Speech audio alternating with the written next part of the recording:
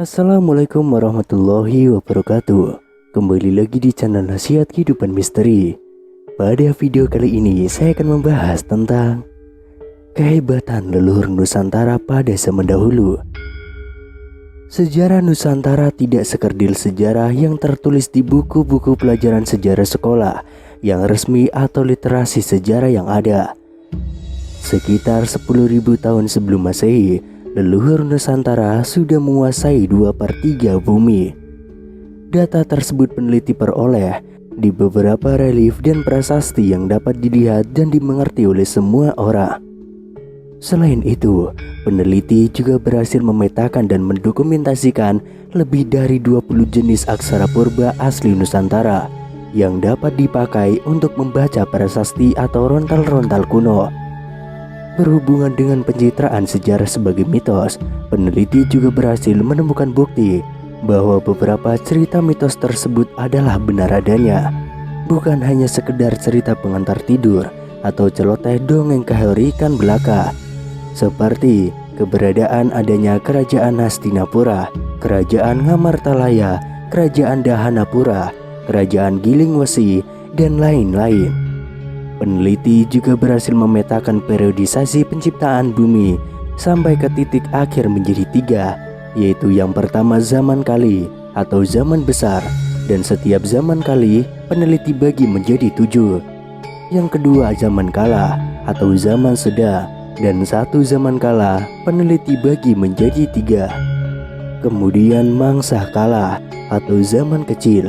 Peneliti juga berhasil mengurutkan sejarah kerajaan-kerajaan yang ada di Nusantara di masa lalu yang sangat erat kaitannya dengan kebesaran tradisi yang pernah ada di Nusantara. Namun sayangnya, kebesaran tradisi kita itu telah dihilangkan dengan masuknya ajaran-ajaran baru. Bahkan ajaran-ajaran baru cenderung memvonis tradisi kuno menjadi animisme, dinamisme, dan politeisme.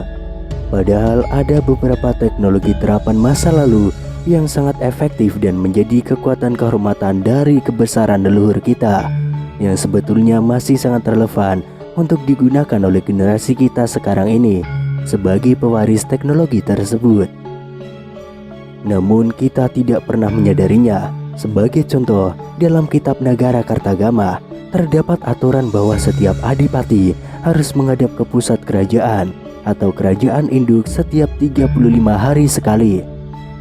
Maka diandaikan bila hal itu terjadi di era kerajaan Majapahit, adipati dari Kadipaten Manggada atau sekarang Bandung untuk mencapai Trowulan butuh waktu lebih 2 minggu, karena pada masa itu belum ada jalan raya dan mayoritas daerah sepanjang perjalanan masih berupa hutan belantara. Juga belum terdapat sarana transportasi modern seperti saat ini. Belum lagi para adipaten yang memerintah di luar Pulau Jawa, seperti adipati dari Kadipaten Tamgaram atau sekarang Lampung, dan adipati dari Kadipaten Madagaskar atau pulau dekat benua Afrika.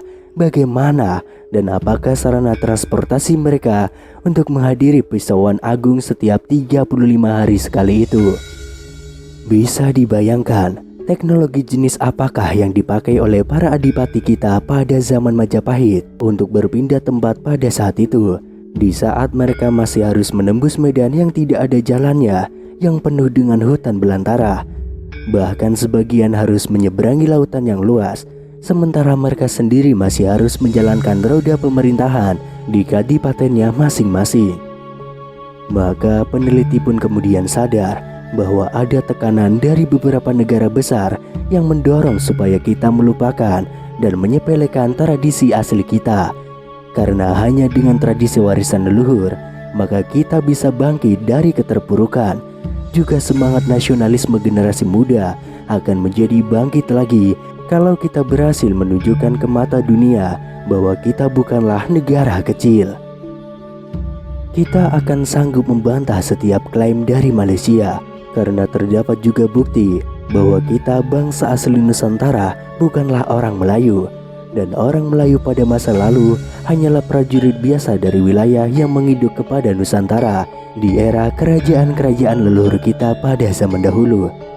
Untuk dampak positif ekonomi, dengan mengekspos kebesaran Nusantara akan berimbas kebangkitannya peningkatan perekonomian di daerah yang candi-candinya menjadi bukti kebesaran Nusantara. Candi-candi itu saat ini tersebar mulai dari Jawa Barat sampai ke Jawa Timur. Sangat disayangkan, mencermati para arkeolog kita hanya menganggap cerita dalam relief-relief tersebut hanya sebatas kisah Ramayana, Sudamala, dan lain-lain sebagainya, sehingga sejarah kisah aslinya tidak pernah dipelajari dan terungkap. Di Indonesia sendiri terdapat berbagai macam candi, terutama di Pulau Jawa ada bermacam-macam candi yang tersebar, mulai dari Jawa Timur sampai ke ujung barat Pulau Jawa. Namun ada beberapa kejanggalan yang bisa dilihat di beberapa candi yang ada di Pulau Jawa. Kejanggalan terlihat dari patung dan relief yang ada. Kalau pengukuran secara tahun oleh arkeolog benar, maka banyak hal yang tidak masuk akal di dua candi yang telah peneliti teliti, yaitu Candi Ceto dan Candi Penataran. Candi Ceto terletak di lereng Gunung Lawu, berada di Dusun Ceto, Desa Gumeng, Kecamatan Jenawi, Kabupaten Karanganyar, Jawa Tengah, pada ketinggian 1.400 meter di atas permukaan laut. Dilihat dari bentuknya, Candi Ceto tidak seperti candi-candi lain yang ada di Indonesia, tapi justru mirip dengan candi-candi yang ada di peradaban bangsa Inka, Maya di Amerika Latin. Beberapa arkeolog Indonesia mengatakan bahwa Candi Ceto dibuat pada zaman Majapahit, tepatnya pada saat pemerintahan Prabu Brawijaya V. Jika memang benar demikian, maka ada banyak keganjilan yang patut dipertanyakan. Antara lain, batu candi yang terbuat dari batu kali, padahal pada era Majapahit, batu candi terbuat dari batu batah merah. Kemudian dilihat dari bentuk relief di Candi Ceto, tingkat presisi dan kerapian pemahatannya masih sangat sederhana, tidak seperti di era Majapahit yang jauh lebih detail menggambarkan figur-figur patung ataupun relief. Hal ini mengindikasikan usia Candi Ceto lebih tua dari era Majapahit. Demikian juga patung-patung yang ada di Candi Ceto banyak menunjukkan hal-hal yang jauh lebih tua dari zaman Majapahit.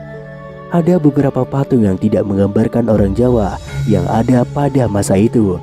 Patung tersebut justru mirip dengan sosok orang Sumeria. Padahal kebudayaan Sumeria dikatakan sebagai kebudayaan tertua di dunia. Dilihat dari wajah dan potongan rambut, tidak menunjukkan orang Jawa, tapi justru memiliki kesamaan dengan orang Sumeria, Viking, Romawi, atau Yunani. Namun dari sisi pembentukannya, mata sangat identik dengan patung orang Sumeria. Dari wajah dan cara berpakaian serta perhiasan yang dikenakan, bukan ciri khas Jawa, melainkan ciri khas Sumeria. Tapi yang jadi pertanyaannya, mengapa dipatungkan seperti orang yang takluk dan dengan wajah yang ketakutan di Candi Ceto?